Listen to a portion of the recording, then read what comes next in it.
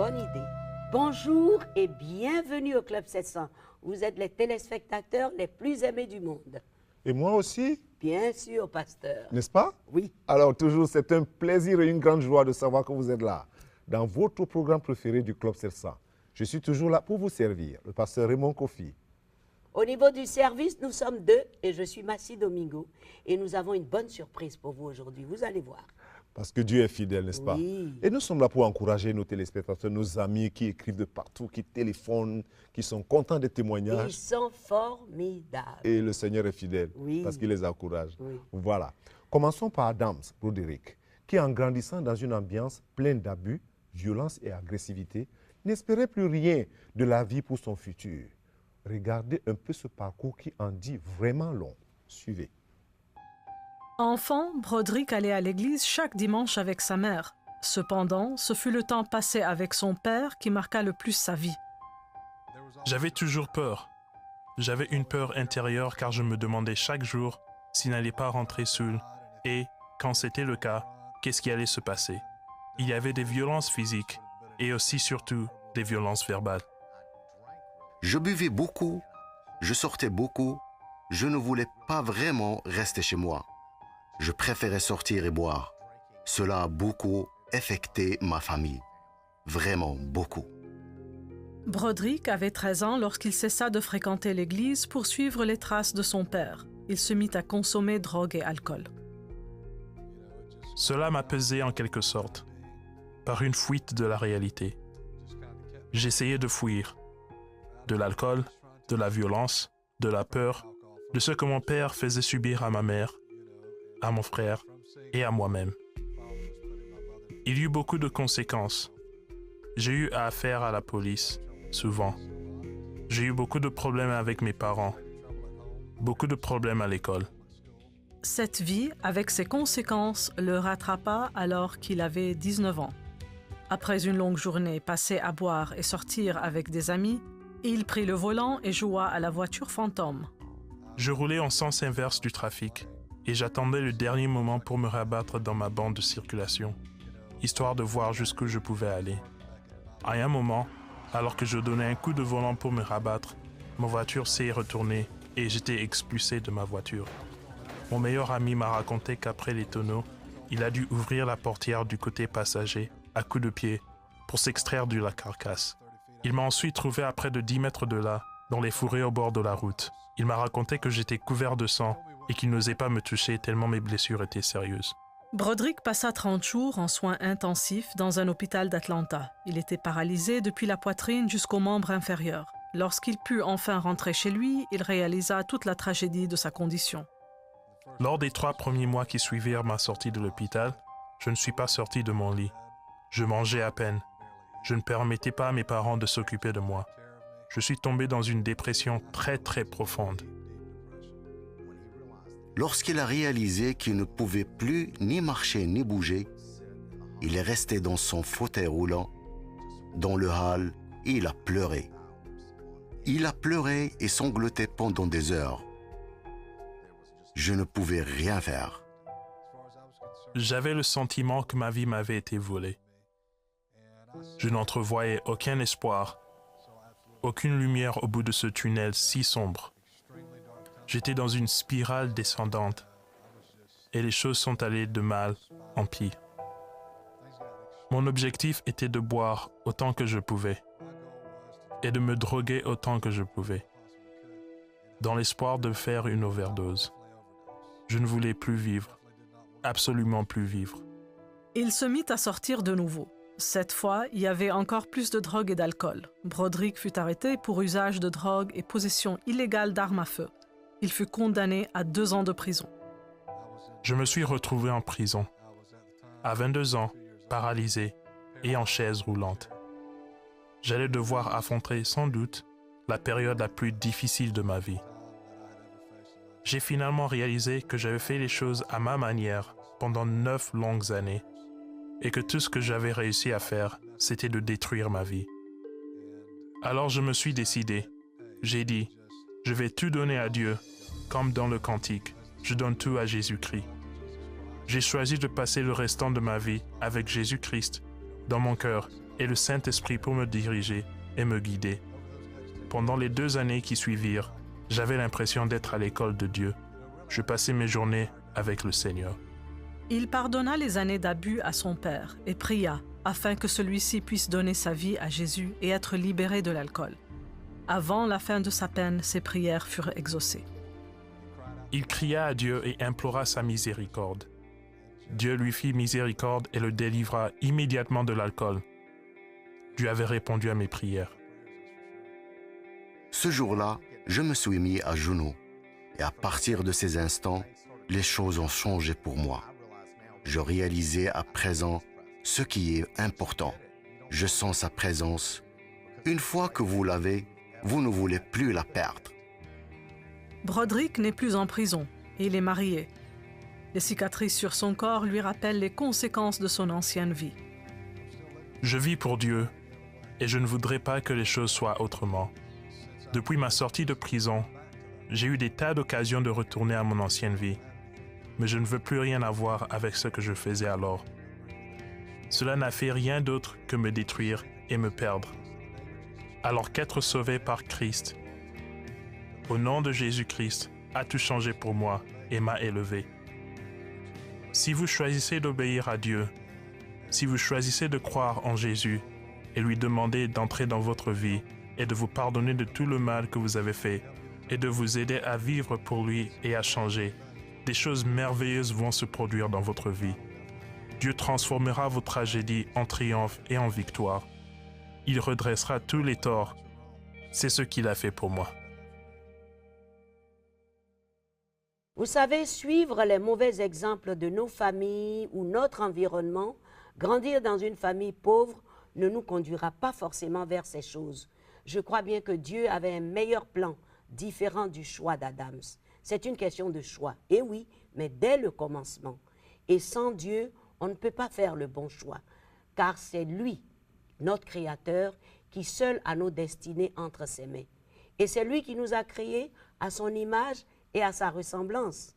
Et ce n'est que vers lui qu'on doit se tourner pour voir cette image vraie, qui nous sommes réellement. Alors, le seul problème au départ pour Adams, c'est qu'il s'est focalisé sur ses circonstances difficiles, son environnement et surtout son père naturel. Ce n'était pas le bon exemple. Il fallait voir le Créateur. Parce qu'avant le géniteur, il y a le Créateur au-dessus de tout. Alors, mes amis, la prochaine fois que vous voulez savoir qui vous êtes, ce que vous devez devenir, mirez-vous dans la parole de Dieu et non dans la vie des autres. Parce que Dieu a dit, les projets que j'ai pour vous sont des projets de bonheur et non de malheur. Il veut vous donner de l'avenir et de l'espérance. Alors aujourd'hui même, mon ami, donne ta vie à Jésus tout de suite et tu verras la différence. Que Dieu te bénisse. Merci Massi pour des riches paroles d'encouragement, cette exhortation et cet appel à se confier au Seigneur. Amen. Vous avez été bénis, n'est-ce pas? Mais ne nous quittez pas. À tout de suite.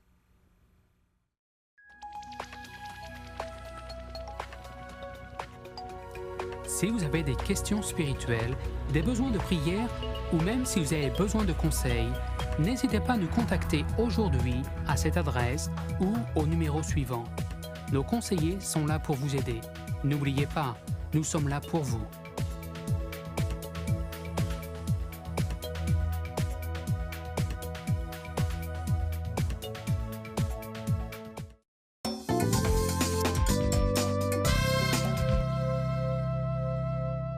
Bienvenue de nouveau au Club 700.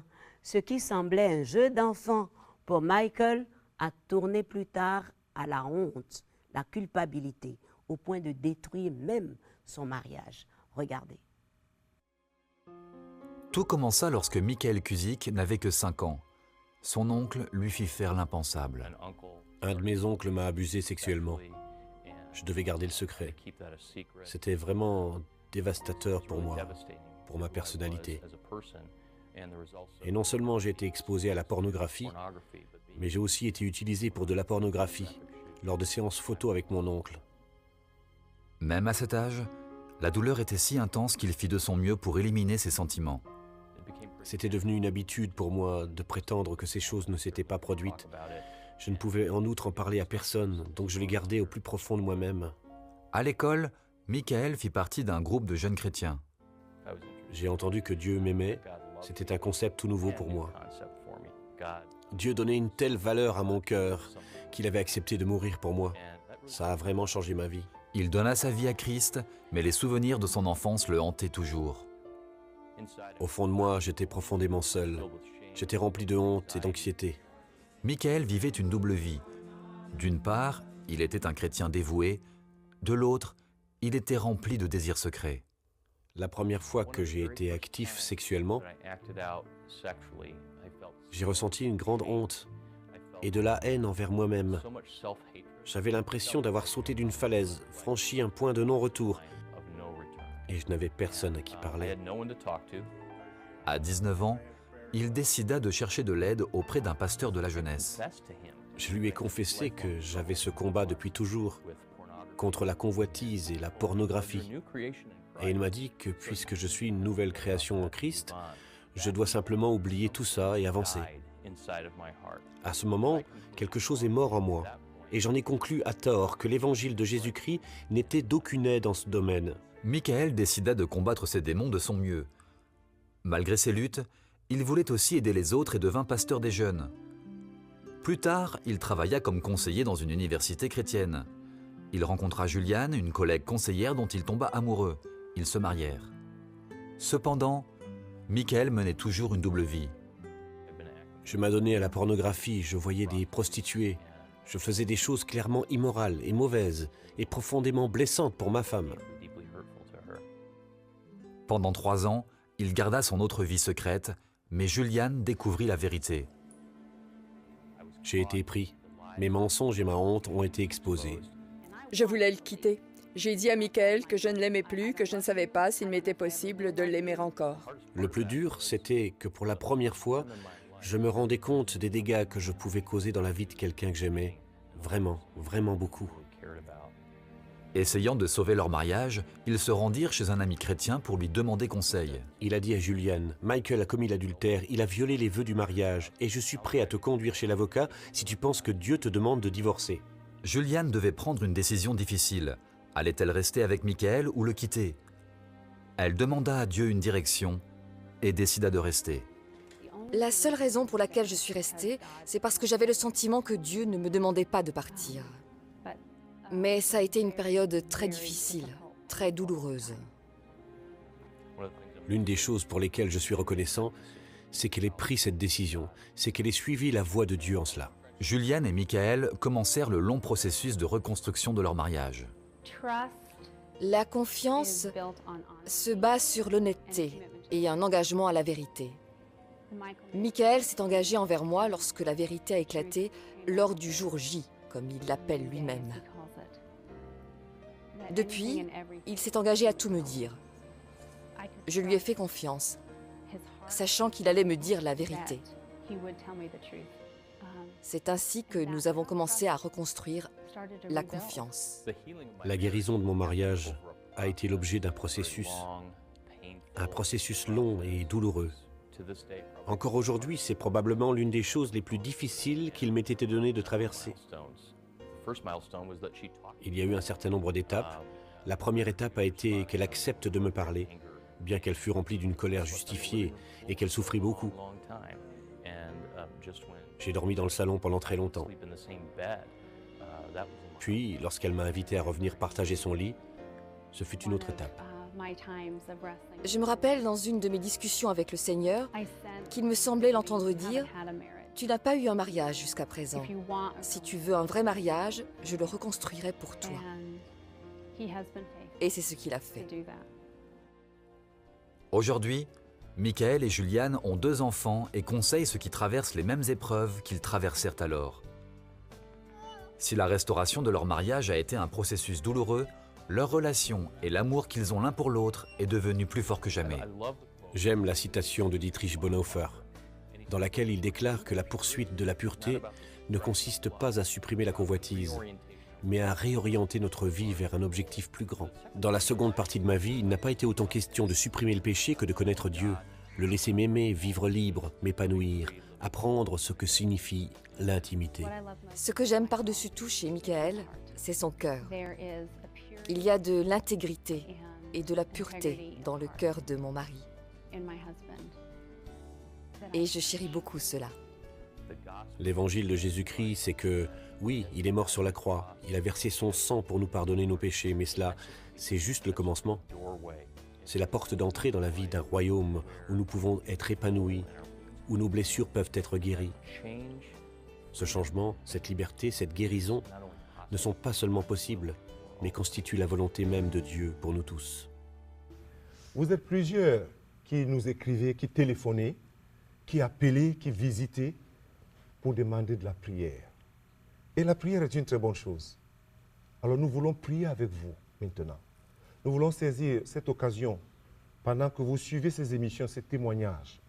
Vous qui êtes couchés ou vous qui êtes assis quelque part et qui chaque fois écrivez ou téléphonez ou contactez ou bien vous êtes sur le site et à chaque fois nous recevons ces demandes de prière. Nous voulons vous assister pour ces moments-ci dans la prière. Priez avec vous, priez avec le Saint-Esprit pour qu'il vous visite là où il est en ce moment même. Alors je voudrais que vous priez après moi. La première prière, c'est votre relation avec Dieu. Seigneur Dieu, je reconnais que je suis un pécheur et que j'ai péché contre toi dans mes pensées, dans mes paroles et dans mes actes.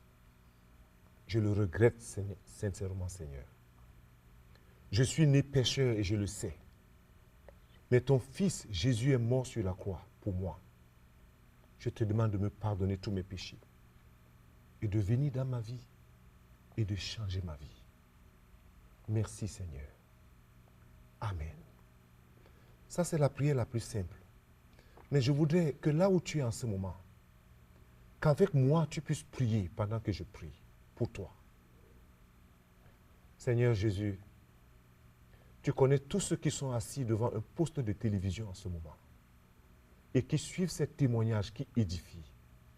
Et tu connais leurs besoins et tu connais leurs problèmes, leurs difficultés. Je prie que par la puissance de ton Esprit Saint, tous ceux qui sont affligés, en accord avec les Écritures, toi qui as dit, venez à moi, vous tous qui êtes chargés et fatigués, je vous donnerai du repos. Tends ta main en ce moment même, Seigneur. Touche ces cœurs qui sont affligés. Seigneur, je pense particulièrement à ces femmes, Seigneur, qui courent de gauche à droite pour trouver une solution à leurs besoins. Tu es le Dieu de miracles. Tu es le Dieu de réconfort. Tu es le Dieu de consolation. Console, Seigneur. Et je reçois de toi, par la puissance de ton Esprit Saint, la consolation suffisante pour chaque cœur, maintenant même.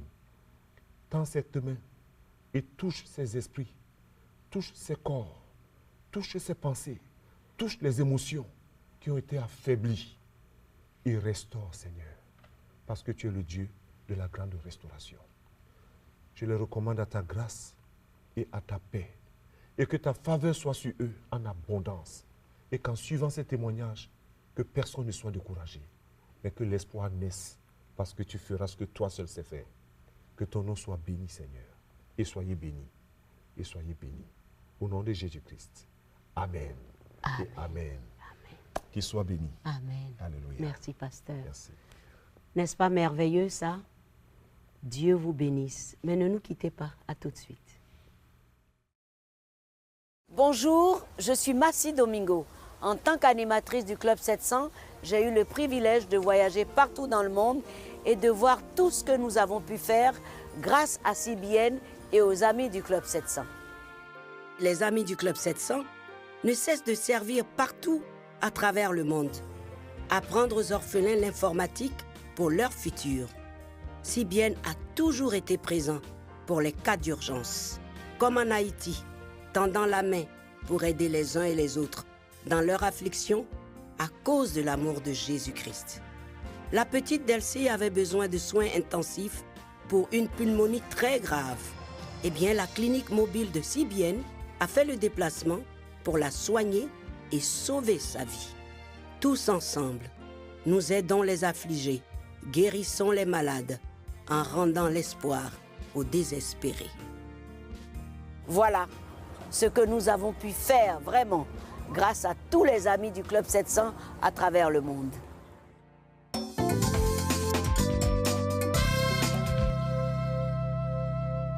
Si vous venez de nous prendre en marche, eh bien vous êtes au Club 700 et voici l'histoire de Jean-Michel et toute sa famille qui adorait des divinités pour leur bien-être. Mais malgré cela, la peur, la haine, la violence étaient leur quotidien. Comment trouver une solution et sortir de là? Regardez. Bonjour Jean-Michel. Bonjour Massi. Vous étiez fils d'un prêtre hindou. Vous pratiquiez l'occultisme, l'idolâtrie. Quelle était votre vie à cette époque-là? En fait, nous, à chaque fois qu'on allait adorer ces divinités, ça nous rendait violents, agressifs. On était toujours malheureux. Il n'y avait pas de paix. Il y avait toujours une sorte de violence à l'intérieur de nous. Et je me suis tourné aussi vers les autres dieux, où c'est que les gens adoraient, vers les divinités. J'allais dans leur temple aussi pour prier, pour chercher Dieu. Vous faisiez beaucoup de sacrifices? Tous les mois, il fallait faire des sacrifices d'animaux. Et dans la semaine, il fallait aller au temple pour faire des prières. Et il y avait plusieurs divinités comme ça? Il y en avait plein, oui. On peut se prosterner devant chaque idole, chaque divinité. C'était toujours comme ça pendant le mois, pendant la semaine. Et à la fin du mois, il fallait faire des sacrifices d'animaux. Mais à quel moment vous avez pris conscience que ce n'était pas bon du tout? Au fond de moi, je cherchais vraiment Dieu. Je dis ça ne pouvait plus durer. Et un jour, je me suis retiré pour aller dans un champ de canne. Et là, je criais, j'ai poussé une voix, je disais vraiment, s'il y a un Dieu qui existe, qu'il se révèle à moi. Qu'il se révèle à moi parce que j'en peux plus. Et voilà, le temps a passé après, un mois après, je sais plus. Et j'ai été appelé pour faire mon service militaire en France métropolitaine. J'ai quitté le pays à l'île de la Réunion pour venir ici, là où j'y suis. Et dans l'armée, comme je connaissais quelqu'un, c'était mon frère qui connaissait déjà l'Évangile. Il m'a invité de venir chez lui. Et il m'a parlé de Dieu. Il a ouvert l'Évangile, m'a expliqué pas mal de choses sur la parole de Dieu. Et là, vraiment, mes yeux se sont ouverts. Et après quoi, il m'a proposé de venir à l'église, d'écouter l'Évangile. Et j'ai été avec lui, et on est parti. Et le pasteur, il a prêché. Et là aussi, je me suis fait du bien à travers la parole de Dieu, comme si je voyais vraiment que Dieu me parlait à travers de l'Évangile, que ce que je faisais, c'était pas lui. Les divinités que j'adorais, c'était pas le vrai. Et là, vraiment, j'étais touché. Et après quoi, à la fin, le pasteur, à la fin de sa prédication, il a fait un appel. Celui qui veut donner son cœur à Jésus, mettez-vous debout tout simplement, venez sur le devant. Ce que j'ai fait, je levais ma main, il m'a dit de venir devant. Et là, vraiment, il m'a fait confesser le nom de Jésus, il a fait la prière de la foi. Et je donnais mon cœur à Dieu, quoi. Quand vous avez annoncé votre nouvelle foi à vos parents, quelle a été leur réaction? Et mes parents me disaient, écoute Jean-Michel, tu viens, mais chacun a sa foi. Toi, tu as ta foi, on ne t'en veut pas pour cela. Tu peux venir, viens, tu seras la bienvenue, tout ça. À quel moment vous avez vraiment parlé de Jésus-Christ à vos parents? Mon père, il est tombé malade. Je dis, maman, voilà, est-ce que je peux prier pour papa? Et papa, il était d'accord, j'avais prié pour lui. Et après quoi, quand j'avais prié pour lui, il s'est stabilisé, quoi. Et une semaine après, il est tombé gravement malade encore. Là, il était mourant. C'était un soir, je me rappelle, maman m'a appelé, me disant, Jean-Michel, viens voir ton père, il va mourir, il est mourant. Va faire réveiller tes frères, tout ça. Appelle tout le monde. Alors je disais à maman, mais pourquoi l'autre fois, je t'avais dit, pourquoi papa ne veut pas que j'appelle le pasteur qui va venir prier pour lui? Et il a demandé ça à mon père. Mon père, il a dit d'accord. Et qu'est-ce que le pasteur a fait? Il lui a présenté Jésus, et le seul Dieu qui peut sauver, qui peut apporter la vie gratuitement. Et après quoi, il lui a demandé, voilà, si vous avez, messieurs, si vous avez des fétiches sur vous, des protections, enlevez-les, tout simplement. Est-ce que mon père avait, il en avait sur lui, sous le lit, et il les a enlevés. Et après quoi, le pasteur a prié pour lui, tout simplement, au nom de Jésus. Mais et après, quand c'était fini, et dans les minutes qui suivent, mon père a commencé à se rétablir. Votre père a jeté tous ses fétiches? Ma mère a arrêté de pratiquer toutes ces divinités. Elle a commencé elle-même à enlever toutes les fétiches qu'il y avait. Et mon père, lui, il a dit maintenant, il est parti au temple, il a dit, écoutez, je vous ai servi depuis le temps de mon enfance, depuis 57 ans, ça m'a rendu plutôt malade, agressif, pauvre. Maintenant, je vous bannis maintenant de ma maison. Il a commencé à démolir le temple, il a pris tous les dieux morts avec, je lui ai donné un coup de main. On a fait un feu, on a brûlé, on a tout démoli.